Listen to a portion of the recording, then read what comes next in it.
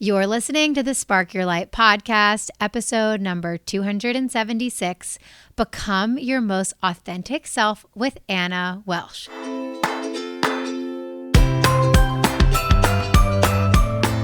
This is my first in-person interview in the studio, and I am so excited to have Ana here. Wow, I did not know that. Yeah, it's a big deal. So well, get ready. I'm thrilled to be here, and I hope I knock it out of the park for you. Oh, you absolutely will. So here's why you should listen.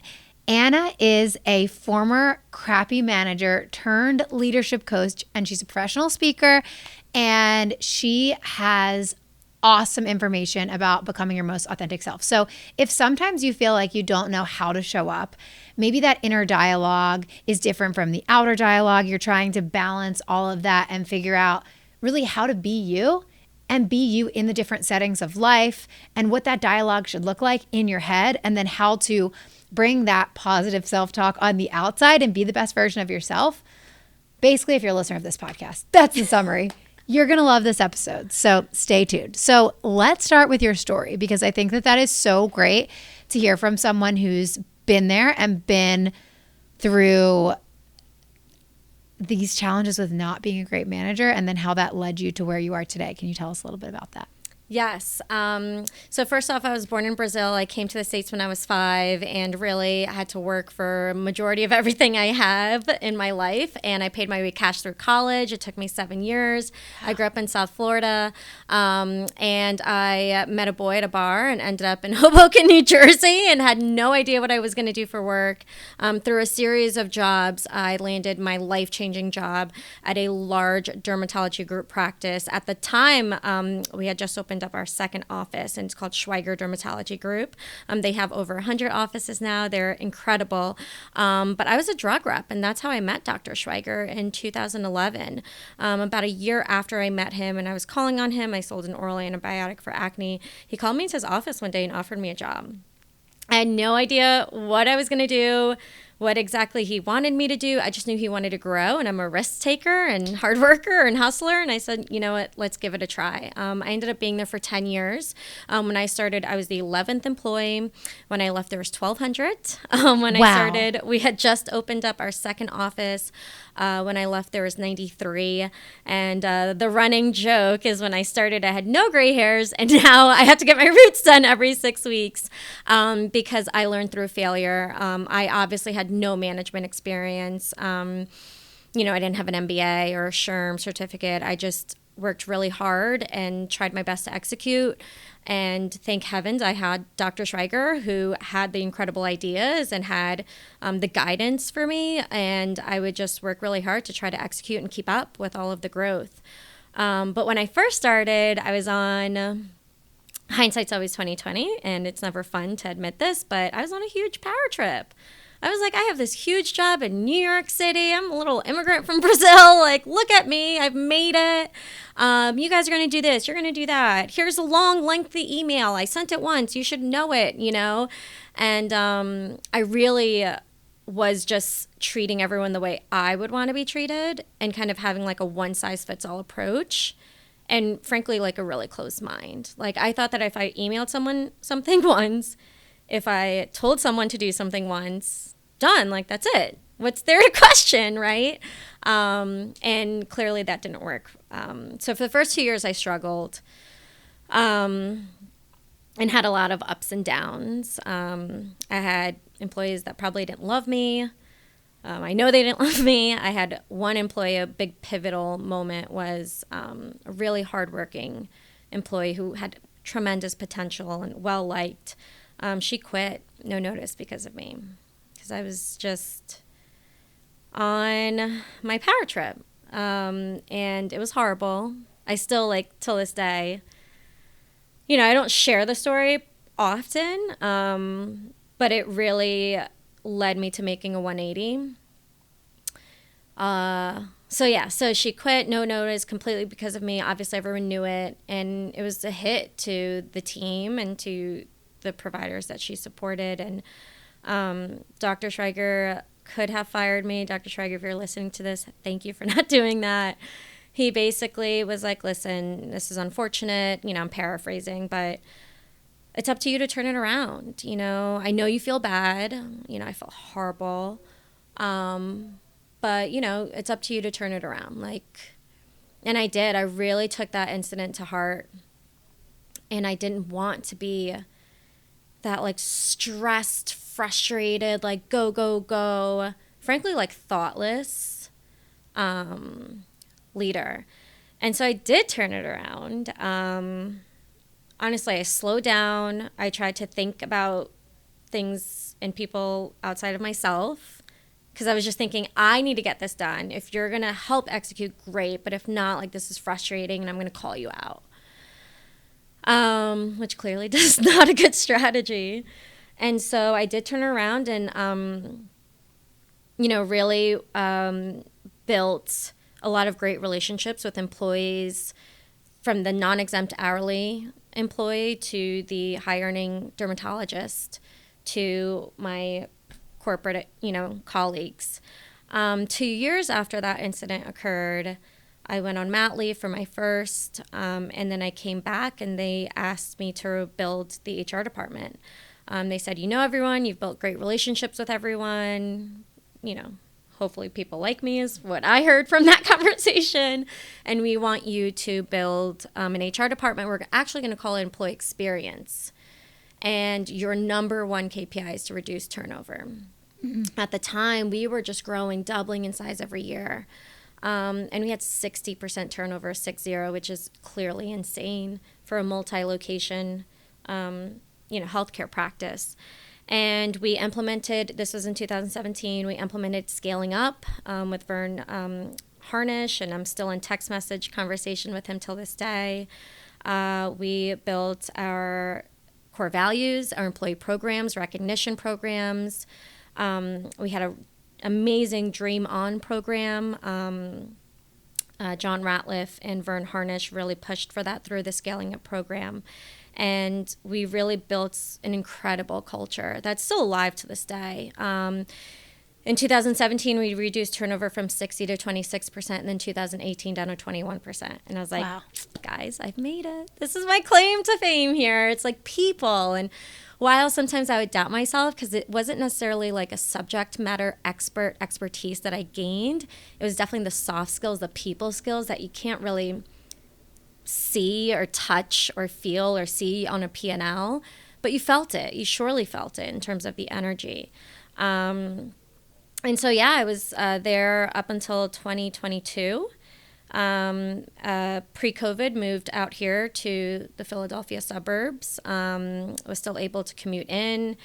And, you know, as I was approaching my 10-year anniversary, I knew I wanted to kind of start a new chapter of my career and do what I love to do the most and what energizes me the most, which is helping people just show up, get things done as stress-free as possible, which I know is, you know, I'm asking for a lot here, but really how to play the game, how to strategize, how to navigate complex situations, how to grow in their career, how to earn that promotion.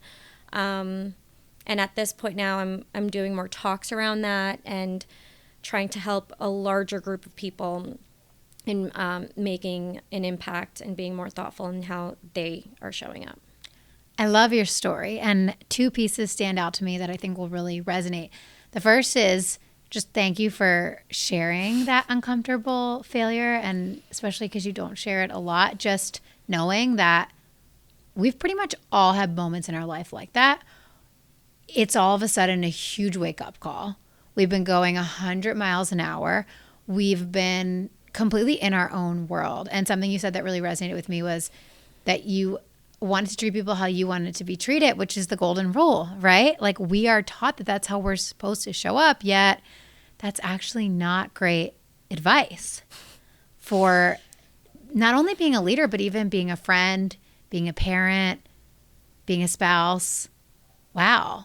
Treat them maybe how they would want to be treated. Not always though, right? Because that's not the best advice either. Like you with your kids, you can't just treat them like you want to be treated. I think it's one of the biggest issues that I think is such a conundrum. And because we're just going through life so fast, we forget everything's a balance. And some of the things that apply to us as kids, being a people pleaser, for example. I have so many of my coachees that they will tell you, like, I'm a people pleaser. But think about it. Do you blame them? We grew up wanting to please our parents, please our coaches, please our teachers.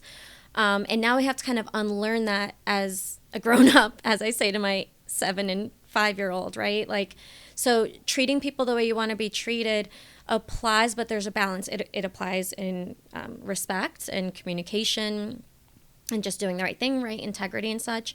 But it doesn't necessarily apply when you're trying to balance being a leader and getting things done. So, for example, treat people the way you want to be treated. Not everyone is wired like you are, right? Not everyone's a driver. Not everyone's extroverted. Not everyone is comfortable with change. So it's about just a balance and just adjusting and what I call being a chameleon to connect, and just slowing down and just being really thoughtful, like how should I show up here? How should I respond? Should I even respond? How should I strategize it? So it's kind of like unlearning and then relearning how to balance all the things that we learned as a kid to now as a functioning adult. Yeah, the people-pleasing thing I think is so common. It's very common and it's hard. I always say there's a difference between being a pleaser and being pleasant. You still want to be pleasant, but you don't want to put other people's desires or needs unreasonably before yours. Again, it goes back to balance, which I know is kind of like, I don't know, it's a word and sometimes used too much or in the wrong way, but really is you want to balance what their needs are to your needs, even especially, you know, as an entrepreneur, as a mom, as a daughter, as a parent, like sometimes there needs to be a little bit of boundaries with that balance. Yeah. Too. So as we talk about being our authentic self, you can be pleasant, but also be your authentic self. So let's start there. What does it even mean to be your authentic self? What a loaded question. Because as I build my practice of speaking and coaching, I'm starting to realize that everyone has a different definition of authentic self. And I think that certain definitions of being your authentic self has gone a bit too far. So I personally believe there's different buckets of being your authentic self. Like how I am with my high school besties is going to be very different than how I am at work or with my in-laws. You still you don't want to be fake. That's the number one thing I want to like highlight, italicize, bold. You don't want to be fake, but you just want to slightly adjust. Again, being that chameleon to connect. You're still in your body. You're still a huge part of the environment, but you're adjusting ever so slightly so the whole environment can thrive. It's kind of that greater good mentality versus you. So what I don't believe in being your authentic self is using it as an excuse for accidentally toxic behavior or even, frankly, poor behavior. There's been a lot of situations, personally and professionally, where it's like, well, this is my authentic self. This is me. This is just who I am. Okay, but human nature and energy will always persist. So if you being your authentic self isn't working, if it's not landing well, consider putting your ego aside and looking at this from a greater good mentality versus a you mentality. It's so interesting how I feel like authentic self in my head is focused on me. But what you're saying is authentic self is often focused on me as it relates to everything else going on. It's about meeting the world halfway and making the environment thrive.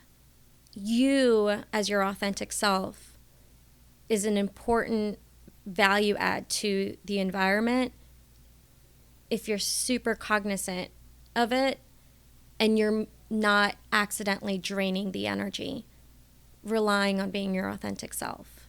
So let's go there. So what happens if someone doesn't have that awareness of the environment? What's the worst case scenario with being, shall we say, too authentic?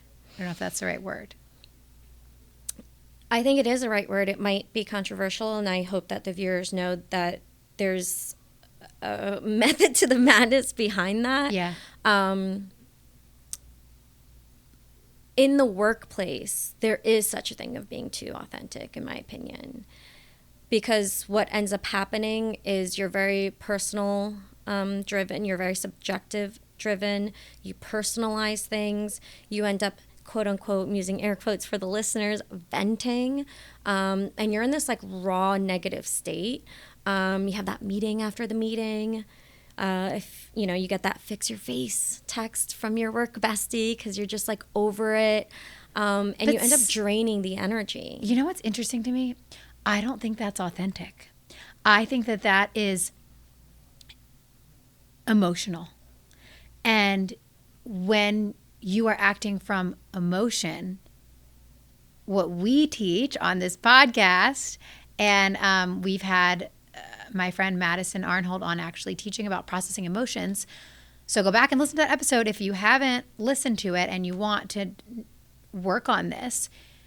It's about stepping out of a situation, processing, release, doing your own inner work so that you can come back to a neutral place before you bring all of that energy to everyone else. And we talk so much about manifestation on this podcast, and that energy you're bringing, no wonder no one's going to like you at work. You're not going to get a promotion if you have that energy. So to me, I think we're confusing authenticity with not knowing how to manage our own emotions. And going back to that people pleaser thing, most of us weren't taught how to manage emotions when we were kids. We didn't even know what our emotions were. And it's getting better, and there's a lot more awareness over this, especially Brene Brown's work, I think, has led to a lot of people even being able to identify what their emotions are, which is a huge step. So what do you think of that?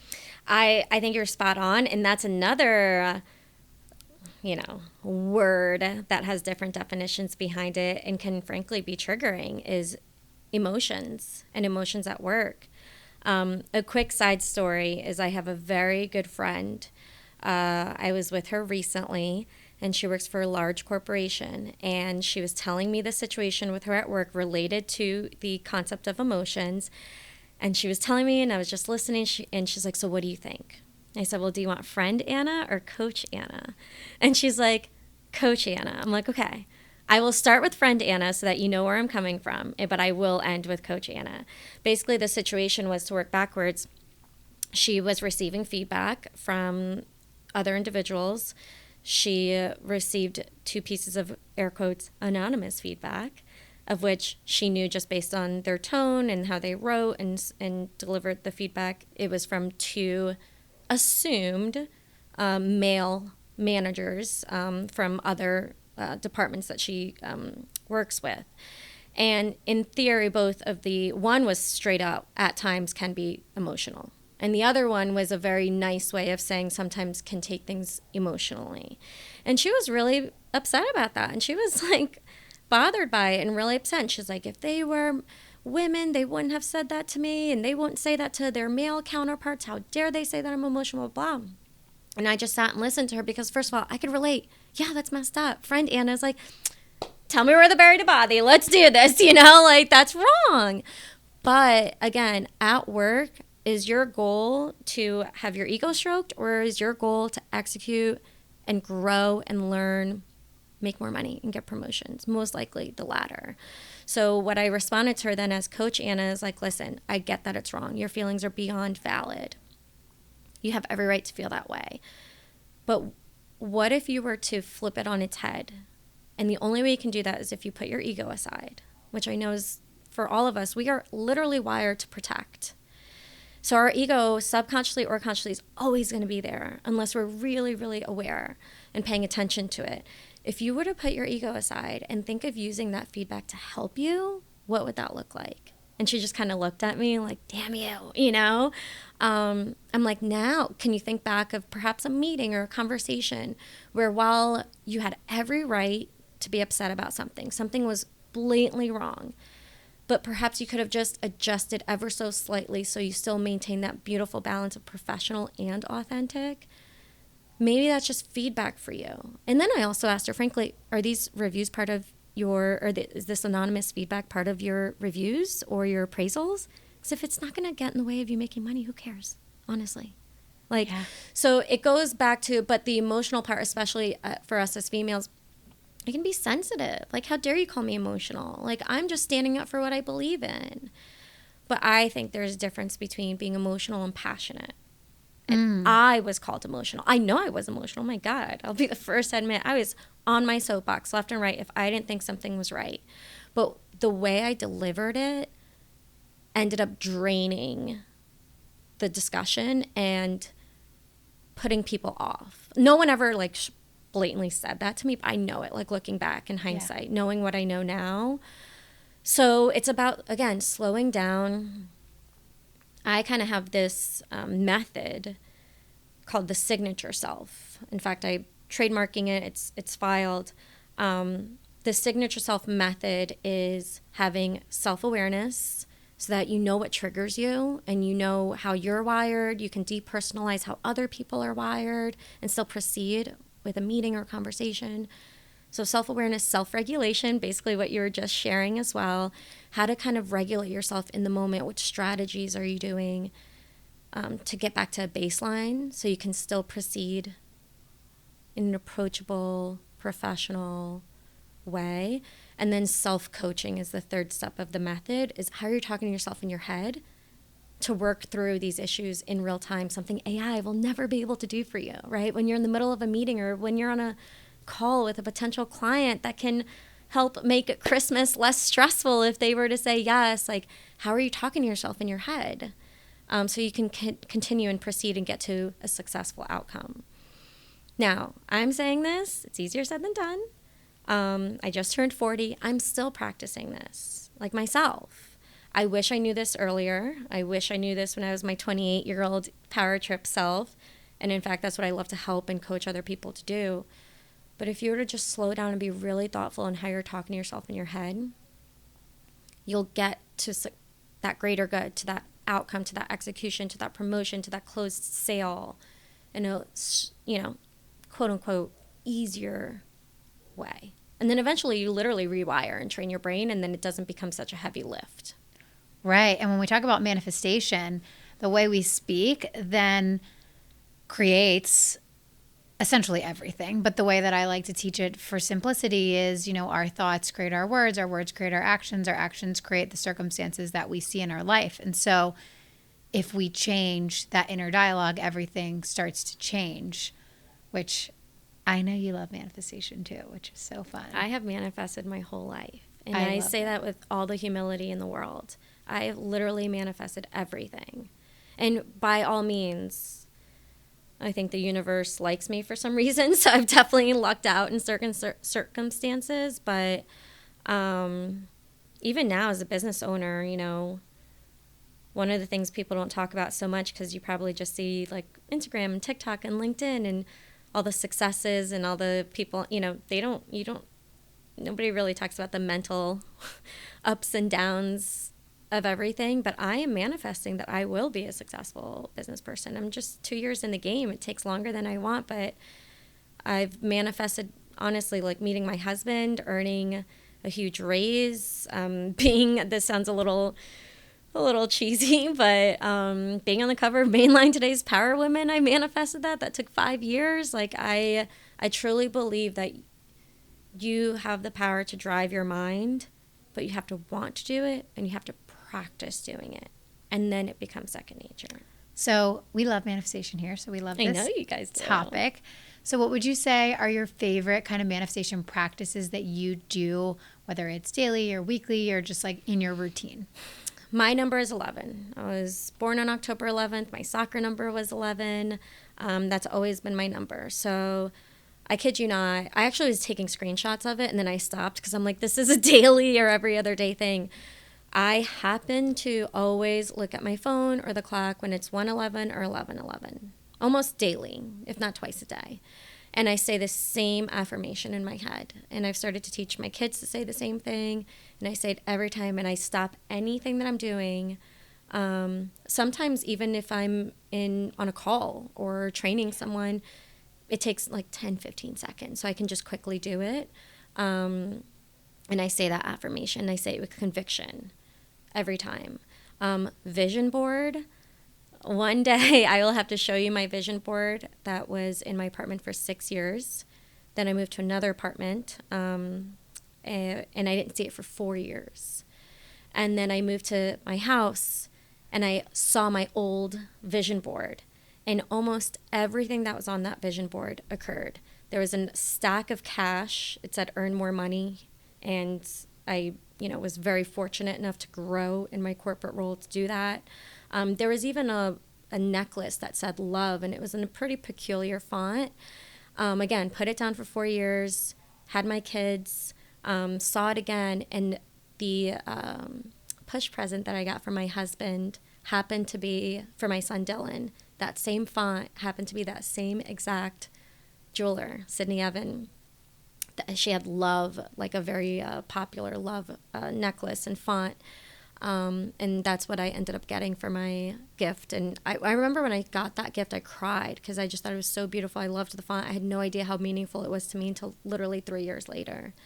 So the short answer on the daily is it 333? Is it 444? Pick a number that speaks to you, or pick some sort of daily ritual, whether it's when you're having your coffee or something that you are saying an affirmation about thanking the universe for what you have, even though quote unquote you don't have it yet, and then showing gratitude for all the things that you want. I love it. How do you practice gratitude for what you have currently, and how did you do that from the beginning when you were so far from where you want it to be? Because I think a lot of our listeners sometimes feel like, well, it's easy for you to say to practice gratitude when you've accomplished X and Y and you're already there living a lot of what you once wanted. All right, what a deep question. So first of all, for the viewers, you may be watching this and think, easy for her to say. But I've worked so hard for everything that I have. And again, there's definitely some luck involved, but there's also tremendous risk and failures and resilience and perseverance. But here's the vulnerable but quite true answer that I don't know if I've ever shared publicly. I would always have a hard time falling asleep. And I remember being in high school and me just going through a really hard time for a variety of reasons. And me being like, F this is not going to be my life. And I couldn't fall asleep. So instead of like counting sheep or like reading or watching TV, I'd just sit there and say, I am going to have a great husband. I'm going to be rich. I'm going to do this. I'm going to be popular. I mean, I've never shared this out loud. I can't even believe I'm saying this. I don't want it to be misconstrued as like anything not humble and real, honestly, to the core. I'm like, how I think of things, like, life is short. Life is so short. And Mufasa from The Lion King taught me this. Like, I am not going to live my life halfway and just let things happen to me. Like, I'm going to make things happen. So I vividly remember this, top bunk bed, and just saying, like, I'm going to have an amazing life. Like, I'm going to have everything that I want. I'm never going to have to worry about not being able to get something. I'm going to make it happen. And I'm going to have a great husband that treats me like gold. And I'm going to have a really healthy family life. And literally, I would say that since I was like 14, 15, 16. Wow. Talk about manifestation. So that was when I had a wonderful family, don't get me wrong, and wonderful things in my life. There's people that had much harder upbringing. So I want to be very clear that I'm grateful that I did not suffer like as bad as some people have had to, unfortunately. But I just have always wanted more. Even to now, I always want more. Like sometimes even a glass of wine. I always want that one more glass of wine, or, I want to make a little bit more extra money, or I want that extra pair of shoes. Like I don't know, it's a blessing and a curse. I've just always wanted more. I love it. Most of our listeners are that way. So yeah, okay. They're going to get you. Okay. They're going to see themselves in you, and they're going to be inspired by that vision that you thought it was possible for you, even when you couldn't see any of that stuff, even when it felt so far. So far. I mean, I was in high school driving a beat up Saturn. I love it. Working. If I wasn't working, I was doing something for student council or cheerleading, but every single day I had something after school because I've just always been, call it restless, but I've always just been a go-getter and like a hustler and always wanting to do more. Yeah, me too. Totally get you. When we first met, I'm like, we're cut from the same thread. And so are all our people. So. I love it. So, second hard-hitting question, since this seems to be the podcast. I know. I'm like quite the open the vulnerable box here, but I'm here for it. Let's do it. I tend to have that effect on people. I don't know why, but my husband, he's always laughing because we'll be in the grocery store, we'll be on an airplane, and somebody's telling me something really deep, and they're like, I usually don't share this. And he's like, are you kidding me? What is it about you? I'm like, I don't know, energy. So, makes good for podcast conversations. I relate. I'm usually on your side of the coin, not the other. So it feels a little funny. But like I said, I've been working on how I talk to myself and not, holding back or apologizing for the reality of how I believe and feel about things. So let's go. So you're being your authentic self and you're having positive self-talk. How perfect for everything we're talking about. Okay, so it's not easy. You were talking about how you've always been the kind of person to want more in your life. Life is in front of us and you want to get after it and you're always reaching for more.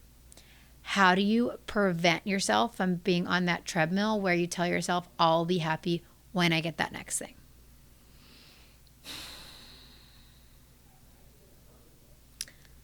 I've never said to myself, I'll be happy when. So good. Wow. You need to dump your brain knowledge with all of us. So that was actually a difficult way to respond. Listen, we'll all be happier when we have our money in our bank accounts. But it really, again, not to sound tacky or cheesy, it's all about balance. Like I just turned 40 and my best friend growing up from Florida, she's like, what do you want for your birthday? And I'm like, nothing. I literally have everything that I have. I just want to spend time with you. Of course I always want more. And one of the biggest okay, so maybe I can answer that in a different sense. One of my biggest struggles is I talk fast. I operate fast. Like I'm just kind of like go. I'm just like I walk fast. Like I just operate at a fast pace. And so I thought I'd be like Brene Brown by this point. 2 years in the game. She took me like 1 year to build my speaking practice. Like what's wrong? Why is this taking so long? And one of the things that I've learned from so many different mentors and just people that I've spoken to, such as you and a lot of people that we know and just the professional world that we live in, everything takes longer than you want it to be. And just have patience. So again, I honestly just go back to myself, like, be kind to yourself. Just be patient. You're still learning. You're still piloting and testing certain things out. Just, like, be kind to yourself. Like, you're doing fine. Yeah. You're doing fine. Like, yeah. You're not malintended. If you're not malintended, you're fine. You're fine. If you're doing your best, you're fine. You know what's interesting about patience? I find that the more time that goes on, the more patient I am. Same. Which is so weird because you would think it would be opposite. But when I first started my business, I was the same. I was so... And then I've just like loosened the grip.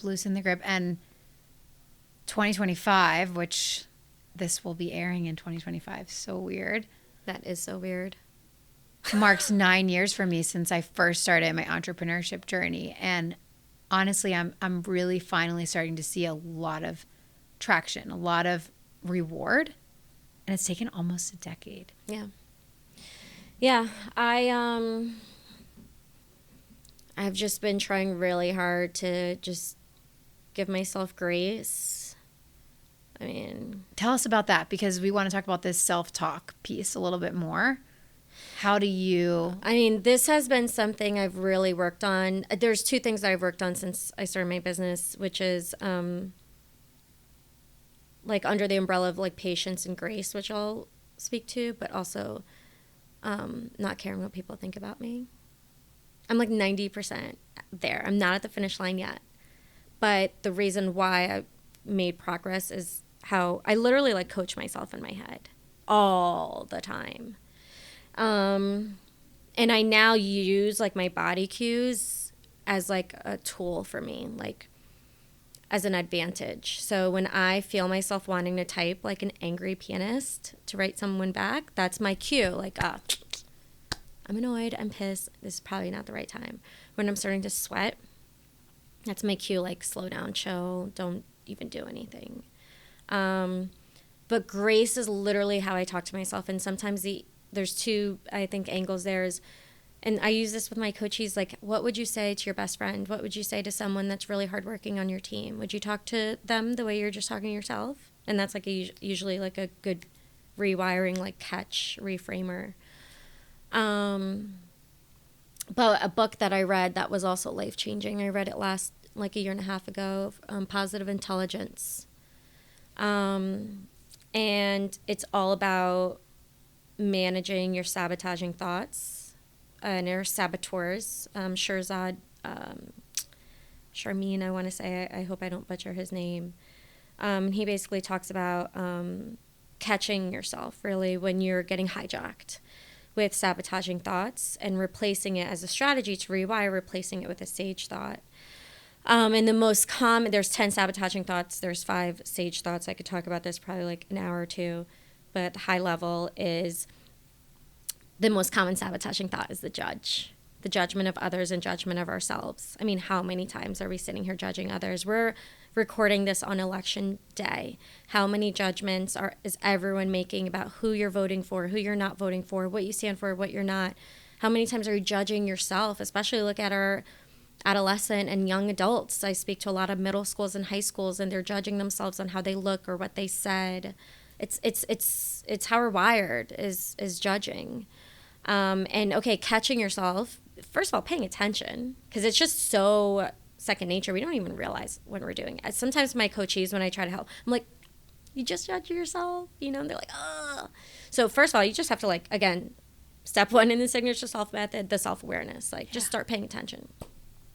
Okay, you're judging yourself, you're judging others. What do you do, Anna? What are you talking about? The sage thought, is catching yourself. You're never going to get rid of the sabotaging thought. You're never going to get rid of the judge, right? Sometimes you're out with your girlfriends, you're going to judge a little bit. You're going to spill the tea, you're going to gossip. But on the day-to-day, on the regular, at work, with yourself, regarding your business or your weight or your looks or your relationship, whatever, try to catch yourself when you're judging yourself and replace it with the most common sage thought, which is empathy. I will never forget, I shared this with a coachee, and her facial expression when I said, have empathy for others or empathy for yourself. She was like, literally, she had such a visceral reaction. She's like, empathy for myself? I'm like, yes. It was such a foreign concept to her. But also, this is how we're wired. Think about it. You're driving down the street, someone cuts you off. Are you going to be like, that individual is probably running late to a doctor's appointment? No, we're going to judge them, think the worst of them, and say some names about them. But how can you self-regulate? He cut you off. That sucks. Let's move on. Give him some empathy. Hey, I have no idea what's going on in his life. Maybe he's running late to a job interview. He's been unemployed for 6 months. Still a jerk. But you can still catch yourself and put in some empathy. So I give empathy to myself. Like, if I say something, if I, and I know I'm catching myself, I'm judging myself. I know now. I'm like, I've like got it, my default thinking of, give yourself grace, like give yourself empathy instead. Like, you know what, tomorrow's a new day. Like, yeah, you yelled at your son and that really sucks. Like, you're having a hard day and you got triggered. Like, now go repair. I know in my heart I'm not a bad mom, but sometimes I feel like one. But I have to be kind to myself. Otherwise, I'm like literally getting in my own way. It's really everything you were saying earlier about the self-regulating. It's like you're triggered because of something, and then being able to self-regulate so that you can show up as the person you want to be, as your authentic self. Your authentic self is really just the best version of you, the person you want to be.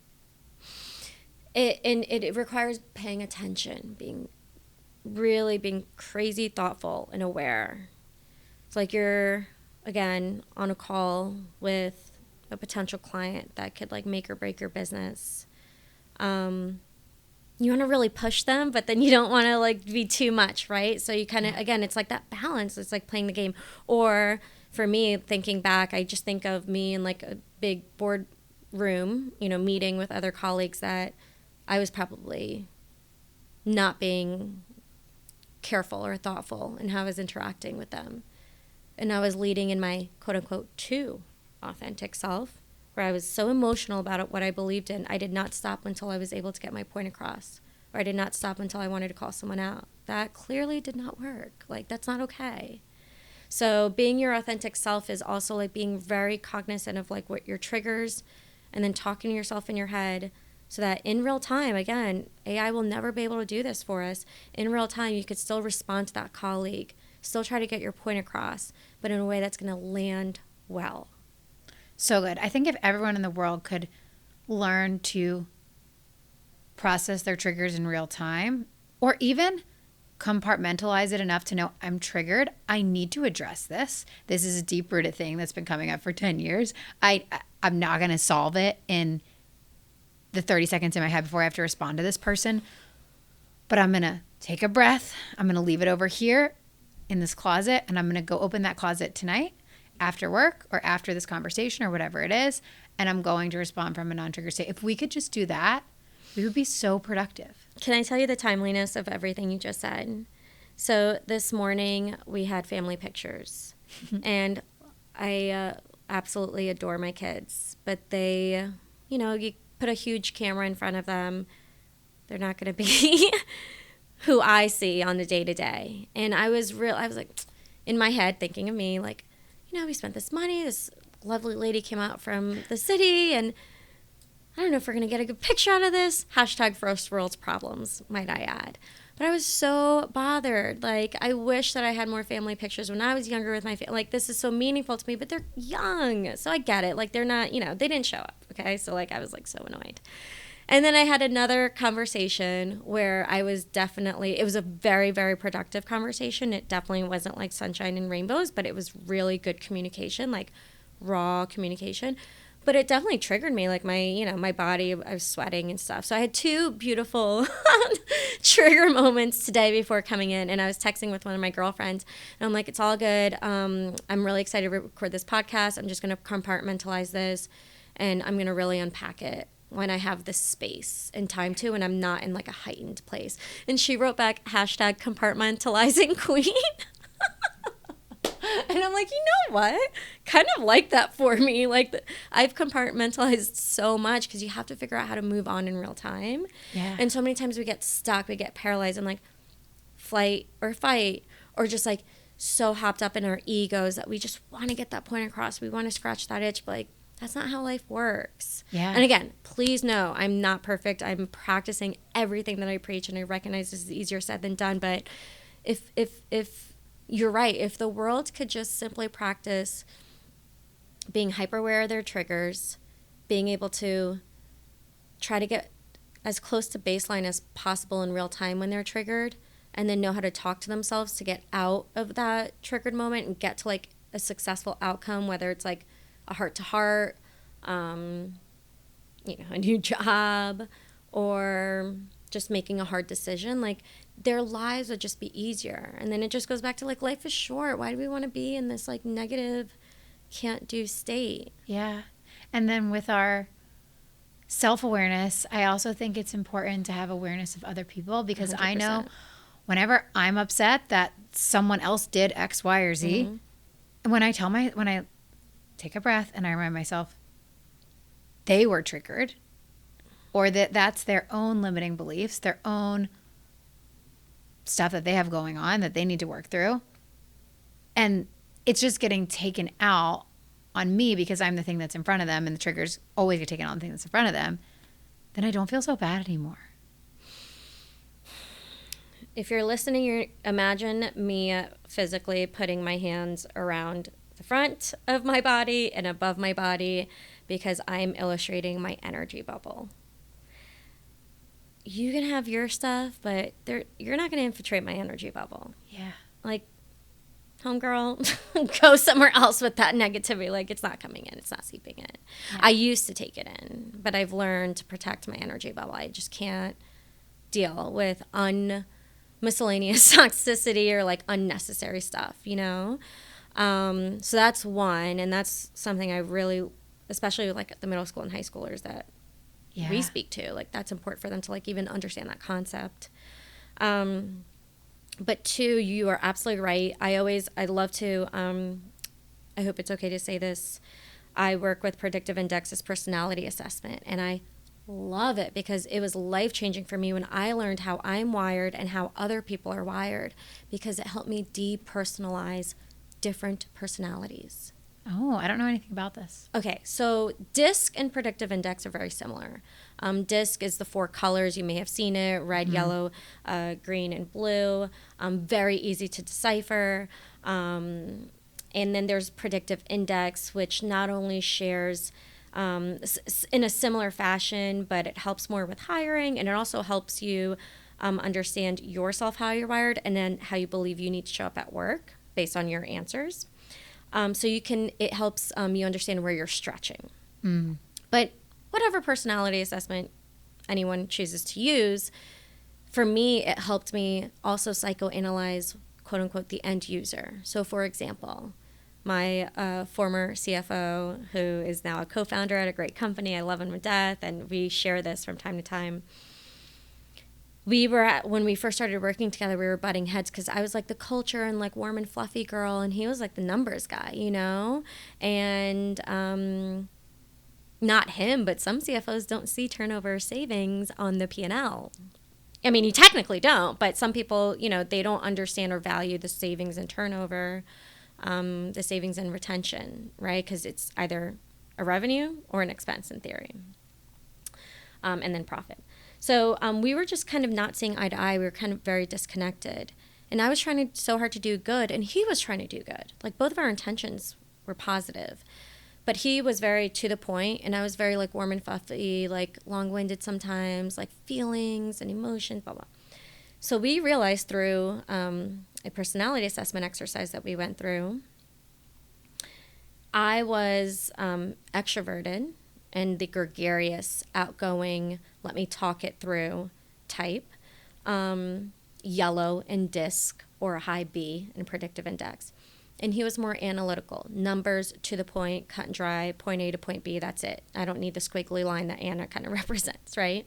And so we joke around, and he will say, I facilitated an executive offsite for his company last year, and he introduced me and he said, Anna taught me to be yellow. Like, he understood me more because that's just how I'm wired, and we both had good intentions, and I understood him more because that's just how he's wired, and he has good intentions. So when you can psychoanalyze, of course, in non-clinical terms, the other person that you're dealing with, you can depersonalize their personality so that there's no, like, unnecessary emotions, or I feel some type of way about how he said something to me. Like, no, like, that's just how he's wired, and it's different than how you are, and that's okay. That literally, we're all different. And so that was, like, life-changing for me. So in the self-awareness, I always say social awareness too, because when you know how other people are wired, you could just tell once you really learn it. You could tell someone's quieter, so maybe no public praise. Someone's a driver, so you may think 2 drivers are having an argument. They're just talking. They're just dominating. And that's just how they are. They're just straight to the point, and they have conviction. They're sure of themselves. That's just how they are, and that's okay. It doesn't mean that they're a jerk. They're just wired that way. Once you kind of accept that and understand that, then you can move past the stress or the annoyance or the frustration or the trigger faster. Love it. I always say accept people for who they are. And again, if you are doing your best and you have good intentions, you're doing great. You're doing great, sweetie. So tell us, if we're going to leave on one note, for kind of connecting with that authentic version of yourself, which we've really unpacked, and we've unpacked a lot of the self-talk piece of it. What would be your final tip for someone who, press play on this episode because they're like, I feel like I'm not as authentic as I'd like to be? What would you say your best advice for them would be?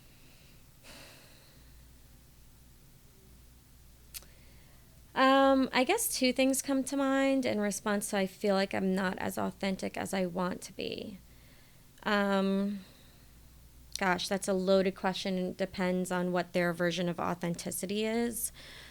So I guess the first thing that comes to mind is, how are you talking to yourself in your head? How are you balancing and adjusting the situation, the room, the meeting, all the different personalities, the energy, and try to show up as your authentic self with the intention of doing good and the goal of making progress. So if I'm making this up, you go to a business dinner and you're scared to really be your authentic self, right? Because there's some higher ups there or some real extroverted people that command a room, and maybe you feel a little small going into it. What's your goal? Is your goal to make new contacts? Is your goal to have one-on-one time with the higher up? Is your goal to create more leads? What's your goal? Whatever your goal is, then back into that by talking to yourself in your head, like, girl, you got this, or I don't know how guys talk to themselves in their head, like, dude, bro, it's going to be fine, whatever. But talk to yourself like, you're fine. You have good intentions. Focus on trying to get some one-on-one time with whoever, or focus on whatever your goal is. And just balance and adjust and tweak as you go in there. But talk to yourself. Give yourself grace. Like, do you? Because if you go in just wanting to be your authentic self, or whether you want to admit it or not, to stroke your ego, or just to say you did your authentic self, but you're going in just to, like, show up, what are you walking away with? Yeah, I like relating it back to a personal goal. I always say, like, what's your intention and goal in everything you do? Interview, a networking meeting, a talk. What's your intention and goal? And if you just kind of simplify and stay focused on that, you can be your authentic self for what that scenario entails and requires. So good. Thank you. Thank you so much for being wild. Here. Yeah. What a journey. In a positive manner. I haven't shared as much as I've shared in one sitting. And yeah, it was quite the exercise for me. And there were times that you may have noticed I paused because I was kind of like saying, like, just say it. It's okay. Like, you know. So this was a great experience. Thank you so much for having me on and giving me the space to share. Yeah, and I love that you share, like, that own internal dialogue that you were having literally during this episode. It's so good. So thank you. Thank you so much for being here. So tell our listeners, if they want to learn more, if they want to follow along, where can they find you? Thank you so much. I'm on Instagram at Ana Welsh Leadership. I'm on LinkedIn at Ana Welsh and AnaWelsh.com, ANAWELSH.com. Perfect. And we will link all of that in the show notes. Thank you, everyone, for tuning into today's episode. I hope you have the most amazing week, and I will catch you in the next episode.